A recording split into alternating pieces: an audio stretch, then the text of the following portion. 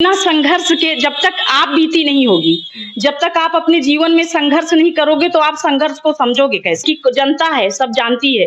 उनकी घोषणाओं को कहीं हम भी तो ना समझे कि लॉलीपॉप जैसे बीजेपी दे रही है वैसे कमलनाथ भी दे रहे हैं। किसी ने कहा है कि हर किसी को मुकम्मल जहां नहीं मिलता, किसी को जमीन मिलती है तो किसी को आसमान नहीं मिलता। लेकिन ये सच कहा जाता है कि अगर आपके इरादे मजबूत हैं तो जमीन में भी आपका हक होगा, और आपके हौसले अगर बुलंद है तो आसमान में जाने से कोई नहीं रोक सकता। हमारे साथ एक महिला है, इनका नाम है विजय लक्ष्मी मिश्रा, जो कि प्रदेश कांग्रेस की सचिव हैं। कहानी भी इनकी बड़ी अजीब है, दास्तां भी है, लेकिन संघर्ष खत्म नहीं हुआ है, अभी भी चल रहा है और निरंतर चलता रहेगा। विजय लक्ष्मी जी, आपका बहुत बहुत स्वागत है जी। एक महिला, हम रीवा जिले में है, आप यहीं से बिलोंग करती हैं। एक महिला जहां पर महिलाओं को सिर्फ ये कहा जाता है कि शादी हो जाएगी, घर संभालेगी, बच्चे संभालेंगी, लेकिन आपकी ये कहानी यहाँ से उठकर आप प्रदेश स्तर पर पहुंच चुकी हैं और अभी भी जिले में आपका नाम है, महिलाएं आपका नाम लेती हैं। कैसे ये हुआ? देखिए, अगर मन में लगन हो, कुछ करने का जज्बा हो, तो इस दुनिया में कोई भी काम असंभव नहीं है। अभी मेरी सोच, मुझे जहाँ जाना है, अभी मुझे मंजिल नहीं मिली है, लेकिन जितना भी मिला है ऊपर वाले की कृपा से और जनता के प्रेम से, उसे बहुत समझना चाहिए। क्योंकि ऐसी भी महिलाएं हैं जिनको घर से नहीं निकलने दिया जाता। आज हम अपने मर्जी के मालिक हैं, अपनी मर्जी से खुली सांस ले सकते हैं, तो ये चीज जो हमें मिली है, ये एक बहुत बड़ा तोहफा है। और ये चीज किसी महिला को अगर मिलता है, देखिए पुरुष कितने स्वतंत्र हैं। पुरुष अपनी मर्जी से कहीं भी आ जा सकते हैं, कहीं भी घूम सकते हैं, कोई भी काम कर सकते हैं, लेकिन कुछ महिलाएं ऐसी हैं 20 से 25% जो ऑफिस और कार्यालय में काम करती हैं। बाकी की जो महिलाएं हैं 80% महिलाओं को पर्दा प्रथा में आज भी रखा जाता है। शहरों की कुछ महिलाएं विकसित हैं, शहरों में भी है कंट्रोलिंग पावर, लेकिन आप गांव में जाके देखिए, जहां महिलाओं को सिर्फ क्या समझा जाता है, रोटी बनाने का सामान, झाड़ू पोछा करने का सामान, कि महिला हो मतलब कि घर में रहो, साड़ी पहनो, घूंघट करो, रोटी बनाओ, और सिर्फ तुम्हारा इतना ही काम है, तुम घर के बाहर नहीं निकल सकती। तो मैंने ये बीड़ा उठाया है। मैं महिलाओं के लिए हमेशा संघर्ष करती थी पहले से। जब मैं 10th क्लास में थी, 10वीं कक्षा में थी, तभी मेरे मन के अंदर ये जिज्ञासा आई थी कि मैं महिलाओं के लिए संघर्ष करूंगी। और 10वीं क्लास से ही मैं ये संघर्ष अपना जारी रखी हूँ, और निरंतर अपने जीवन में जब तक मेरी सांस रहेगी तब तक मेरा ये संघर्ष जारी रहेगा। समझ में ये आ रहा है कि यहाँ तक पहुंचने से पहले आपने भी बहुत संघर्ष किया, आप भी उन चीजों को झेली हैं जो आम महिलाएं झेलती हैं, ये आपकी आंखें बयां कर रही हैं। देखिए, बिना संघर्ष के जब तक आप बीती नहीं होगी, जब तक आप अपने जीवन में संघर्ष नहीं करोगे तो आप संघर्ष को समझोगे कैसे? अगर आपको कोई भी चीज पता चला कि अगर आपको शीश महल बिना बनाए, बिना मेहनत के मिल जाए, तो आपको उस शीश महल की वैल्यू नहीं होगी। लेकिन यदि आपने उसके लिए सामान को एकत्रित किया है, अपनी मेहनत से उसको बनाया है, तब आप उसकी कदर करोगे। तो जरूर, मैं सारी बातें खुल के तो नहीं कह सकती, लेकिन जरूर संघर्ष तो मैंने किया है। संघर्ष आपने किया है। ये भी कहा जाता है कि जब आप गांवों में निकलती हैं, शहरों में निकलती हैं, चुनाव प्रचार में जाती हैं, उस समय महिलाओं को कहीं ना कहीं ये सीख मिलती है कि अगर आप तो हम क्यों नहीं। जी बिल्कुल, मेरा हमेशा यही प्रयास रहता है कि मैं एक-एक महिला को मोटिवेट करूँ। हमेशा जब भी मैं किसी महिला से मिलती हूँ, पढ़ी लिखी हैं, जिनको मैं समझ जाती हूँ कि इनको समझाने की आवश्यकता नहीं है। लेकिन जो महिलाएं साधारण हैं, पढ़ी लिखी कम हैं, उनको हमेशा मैं ये समझाती हूँ कि ये बताइए कि मैं भी एक महिला हूँ और आप भी एक महिला हो। अभी कांग्रेस पार्टी के लिए जैसे मैं वोट मांग रही हूँ, तो मेरा ये एक जरूर होता है डायलॉग कि ये बताइए कि मैं जब अपनी पार्टी के लिए निरंतर धूप में, मुझे कोई पार्टी पैसे नहीं दे रही है, मुझे कोई पार्टी 1 करोड़ 2 करोड़ कोई पैसे नहीं दे रही है, मैं इतनी मेहनत कर रही हूँ। तो जब मैं एक महिला होकर पार्टी के लिए इतनी मेहनत कर रही हूँ, धूप में सड़कों में भाग रही हूँ मेरी 9 साल की बेटी को छोड़ के, तो क्या आप एक मतदान भी नहीं कर सकती? ये मेरा मोटिवेशन का एक पावर होता है। अच्छा, आप इस समय प्रभारी हैं देवतालाब की, विधानसभा अध्यक्ष गिरीश गौतम के क्षेत्र में। कितनी लड़ाई है, क्या कुछ लग रहा है, समीकरण कैसा दिख रहा है देवतालाब का? देखिए, ऐसा है कि गिरीश गौतम जी विधानसभा अध्यक्ष हैं और जनता उनसे त्रस्त है। क्योंकि जिसके पास पावर होता है, जिसके पास सत्ता होती है, वो अपने नियम और कानून बनाती है। जैसे पद्मेश गौतम जी हैं, देवतालाब प्रभारी, अभी उनके पास सत्ता नहीं थी, एक युवा है, बिना सत्ता, बिना कानून के उन्होंने जनता की सेवा की है। तो जनता को कहीं न कहीं ये लगता है कि अगर इनको मैं अपना विधायक चुनता हूँ या चुनती हूँ, तो ज़रूर हमारे देवतालाब विधानसभा का विकास होगा। गिरीश गौतम जी को जिस तरह से जनता ने मौका दिया, उस तरह से वो उसमें खरे नहीं उतरे। तो क्या पद्मेश गौतम खरे उतरेंगे? बिल्कुल, बिल्कुल। उन्होंने उनका एक साल से ऊपर का कार्यकाल हो गया जिला पंचायत का। देखिए, जिला पंचायत का जितना पावर उनके पास था, देखिए विधायक और ये दोनों अलग-अलग चीज़ें। जितना उनके पास पावर था, जितना उनके कार्य करने के लिए जो क्षमता थी, उस हिसाब से पद्मेश गौतम जी ने कार्य किया है अपने विधानसभा में। अच्छा, क्या लगता है कि लगातार ये सीएम शिवराज सिंह चौहान ये कहते हैं कि हम महिलाओं के लिए काम किया है, सशक्त बनाने के लिए काम किया है, हम बहनों को सशक्त बना रहे हैं, लाडली बहना दे रहे हैं। लाडली बहना की ज़रूरत है क्या महिलाओं को, प्रदेश की महिलाओं को? किसी भी चीज़ की इसकी ज़रूरत बिल्कुल भी नहीं है। देखिए, ये शिवराज मामा के लिए मैं एक डायलॉग बोलना चाहूँगी कि मामा नहीं कसाई है, झूठ-मूठ का भाई है। तो मामा जी, अच्छा ये बताइए आप कि जब कोविड था, कोरोना था, तब मामा को बहनों की याद नहीं आई? तब वो 1000 रुपए नहीं दे सकते थे? और इतने सालों से सरकार 15 साल, 18 साल से सरकार आ रही है बीजेपी की, तो क्या चुनाव के टाइम पे ही लाडली बहना याद आ रही है? और फिर इसके पहले जब नरेंद्र मोदी जी आए, उन्होंने जनधन योजना बनाया, उस अकाउंट में कभी पैसे नहीं आए, 500-500 रुपए आए, उसके बाद वो अकाउंट बंद हो गया। तो ये जो लाडली बहना वाला है ये सिस्टम, ये सिर्फ चुनाव के लिए है। और वो जो ये बोल रहे हैं ना कि 3000 रुपए खाता में, कुछ भी नहीं आने वाला। उनका ये है कि एक बार ऐसे महिलाओं को ऐसे मतलब मूर्ख बना के, बहनों को मूर्ख, भांजियों को मूर्ख बना के एक बार मैं चुनाव जीत जाऊं और उसके बाद ये सारे सिस्टम में क्लोज कर दूंगा। लेकिन अब बेटियां बहुत सशक्त हैं, बहनें बहुत सशक्त हैं, 21वीं सदी है, सारी औरतें, महिलाएं अब लगभग पढ़ी लिखी हैं। वो ये चीज समझती हैं कि जनता है, सब जानती है। अब वो चीज ये समझ चुकी है कि ये मामा मूर्ख बना रहा है, तो अब वो अपने इन फरेबों में कामयाब नहीं होने वाले हैं। अब बेटियां, देखिए ऐसा है कि महारानी लक्ष्मीबाई है एक नारी दुर्गा है, काली है, चंडी है। और अगर एक नारी माँ भी है, बेटी भी है, बहन भी है, लेकिन अगर उसके आत्मसम्मान पे ठेस पहुंचती है और कोई भी परिस्थिति उसके प्रतिकूल बनती है, तो वो फिर महिषासुर मर्दनी भी बन सकती है। तो अब हमारे देश की जो नारियां हैं, अब हमारे देश की जो बेटियां हैं, तो जिस तरह से शिवराज मामा का करप्शन चल रहा है, जिस तरह से शिवराज मामा का भ्रष्टाचार चल रहा है, जिस तरह से हमारी छोटी-छोटी नन्ही मासूम बेटियों के साथ अत्याचार, बलात्कार हो रहा है। मणिपुर की घटना देखिए, मैं क्या बताऊं, मैं कितना बताऊं। मणिपुर की घटना देखिए कि हमारे देश की नारियों को, वो कोई विदेश नहीं है, वो हमारे देश का ही एक छोटा सा शहर है, वहां पे स्त्रियों को किस तरह से नग्न पोजीशन में घुमाया गया। कहां थे नरेंद्र मोदी, कहां थी उनकी सरकार? सब सोए हुए थे। तो इस तरह से अब जो नारियां हैं, अब वो महिषासुर मर्दनी बन के अब इनका विनाश करेंगी, अब ये दोबारा नहीं आने वाले। कहा जाता है कि हीरे की परख जो है वो जौहरी ही जानता है।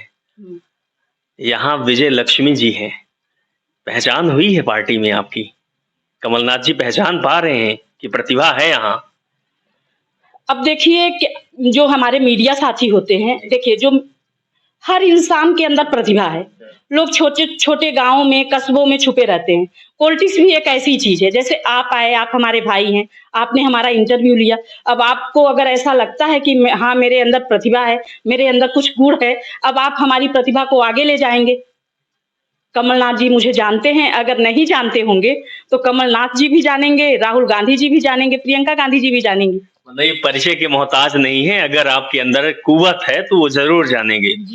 अब सवाल ये उठता है कि कमलनाथ भी लगातार महिलाओं की बात करते हैं, वो भी पैसा 1500 रुपए देने की बात की है, बहुत से घोषणाएं हुए हैं। उनकी घोषणाओं को कहीं हम भी तो ना समझे कि लॉलीपॉप जैसे बीजेपी दे रही है वैसे कमलनाथ भी दे रहे हैं। क्या गारंटी है, क्या चीजें हैं कि कमलनाथ उसको पूरा करके दिखाएंगे? गारंटी इस बात की है कि पहली बात, कमलनाथ जी एक ईमानदार पर्सन है, ऑनेस्ट हैं, वो कोरी घोषणाएं नहीं करते। उन्होंने जो वादे किए हैं वो करके दिखाया है। पहले भी उन्होंने किसानों के कर्जे माफ किए, पहले भी उन्होंने बिजली माफ की, और अभी भी जब अगर उनकी सरकार आएगी तो जो किसानों के कर्जे हैं उनको माफ किया जाएगा। बिजली 100 यूनिट माफ की जाएगी और 200 यूनिट हाफ की जाएगी। और जो महिलाएं हैं, देखिए महिलाओं को 500 रुपए में टंकी दी जाएगी।